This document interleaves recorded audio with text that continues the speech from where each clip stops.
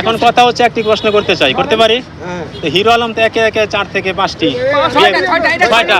এখন আপনি কি সেই হিরো আলমের মতো আপনাকে চেঞ্জ করবেন 2 দিন পরে? চাচ্ছি জন্য আমি মানুষের জীবনে বিয়ে একটা, অথবা যদি তার স্ত্রী মারা যায় তার পরবর্তীতে একটা করতে পারে। এখন ঘটনা হইলো যে এখন ওকে আমার ভালো লাগছে, বাবা আমাকে ভালোবাসছে, বাবা আমাকে পছন্দ করছে, সেই কারণে আমি ওকে ভালোবাসি, ও আমাকে ভালোবাসে, এতটুকু, এর চেয়ে বেশি কিছু না। আচ্ছা আচ্ছা আচ্ছা আপা, এই যে হিরো আলম তো 2 দিন পর পর বউ চেঞ্জ করে, এখন আপনি কিসের ভিত্তিতে একে বিয়ে করলেন বা কিসের কি বিশ্বাসে? হিরো আলম তো বলছে আরো তার 5টা ওয়াইফকে বলছে যে, তো এরকম বিশ্বাস ছাড়া হুট করে একটা মানুষকে কিভাবে বিয়ে করলেন আপনি?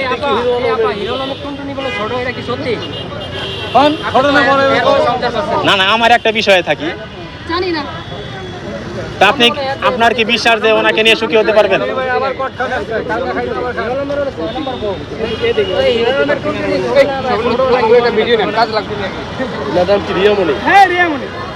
আচ্ছা, আপনি তো হিরো আলমের ওয়াইফকে বিয়ে করছেন না?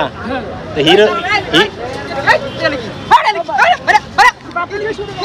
এই ভাই কি হয়েছে আসলে বিষয়টা কি? এই ভাই ভাই ভাই এই ভাই কি হয়েছে বিষয়টা কি? এই ভাই এই এই কি হয়েছে ভাই? এই ভাই শুনি একটু ভাই, বিষয়টা কি?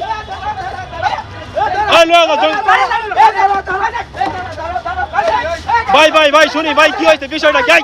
এই ভাই মারেন না ভাই ভাই ভাই, একটু এইদিকে শুনি, এইদিকে তাকাই একটু। এই ভাই এই এই কামান এই এই কথা বলতে দেন, এই থামেন না ভাই।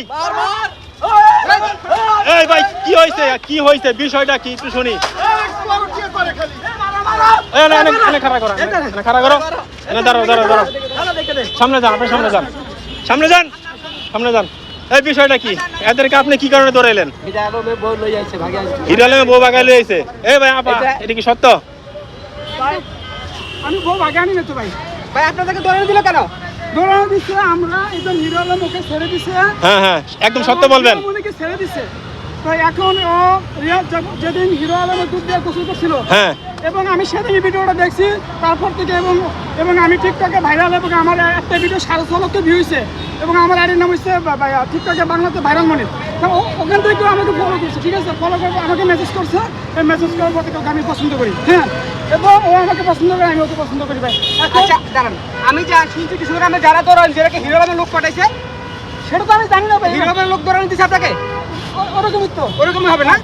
তাহলে আপনার এটা কি বিষয় করতেছে যে হিরো আলম যে লোক পাঠায় আপনাকে দৌড়ানি দিল, আপনার দৌড়তে মারলো, কেন মারলো?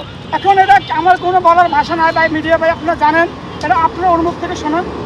এই যে হিরো আলমের লোক পাঠায় যে ওনারা মার খাবাইলো, আপনি এটা কিছু বলেন?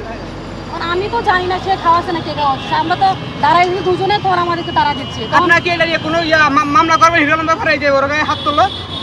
ওর গায়ে হাত দিচ্ছে, এটা নিয়ে আমরা দুজনে বিবেচনা করবো কি করা যায়। চিন্তা ভাবনা করতেছে ভাই ভাই শোনেন, হিরো আলম যেদিন দুধ দিয়ে গোসল করছে তারপরের দিন সে হাসপাতালে বেড়ে গেছে, তাকে হাসপাতাল থেকে ফেরতও দিছে, এরকম মারাত্মক জখম হয়েছে, তো এই বিষয়ে কি আপনি জড়িত আছেন? শোনেন ভাই, ও দুধ দিয়ে গোসল করছে, তারপরের দিনই কিন্তু অসুস্থ হয়েছে হিরো আলম, এত পরিমাণে মার খাইছে। একটা মানুষ অসুস্থ হইতেই পারে। আমি যে আজকে আমি রিয়ামণিকে নিয়ে যখন আমি এখানে আছি, এখন আমি হঠাৎ করে অসুস্থ হয়ে পড়তে পারি না, সে তো মারাত্মক ভাবে জখম হয়েছে। আপনারা দুইজনে পরিকল্পিত ভাবে হয়তো করতে পারেন না। আপনারা প্রশ্ন করছেন, প্রশ্ন আবার করেন তো, কি করে প্রশ্ন করছেন? এই যে কিছুক্ষণ আগে দেখলাম ওনাদেরকে দৌড়ে মানুষগুলো নিয়ে আসতেছে, আমি ওদেরকে বিষয়টা কি দেখছিলেন আপনি? আমি এখন দেখলাম যে আপনার কিছু লোক আইসা ওদের গায়ে হাত তুলতেছে। ভাই মিথ্যা বলবেন না, এটা সত্য। তারপর আমি দেখলাম যে এখানে মিজান ভাই একটা বিশৃঙ্খলা সৃষ্টি হইতেছে, কারণ মিজান ভাই এখানে গরিব মানুষকে খাওয়াইতেছে, এখানে দেখা একটা বিশৃঙ্খলা সৃষ্টি, মানে কি বিশাল বড় অঙ্কে চলে যাবে। এই জন্য আমি ওদের বললাম যে এক সাইডে নিয়ে যাচ্ছি ওদেরকে, বুঝছেন? এই জন্য মানে আপনাদের কাছে যে ওদের কাছে হাত তুলছে হিরো আলমের লোক, এটা সুষ্ঠু মিথ্যা দোষ হয় নাকি? আমরা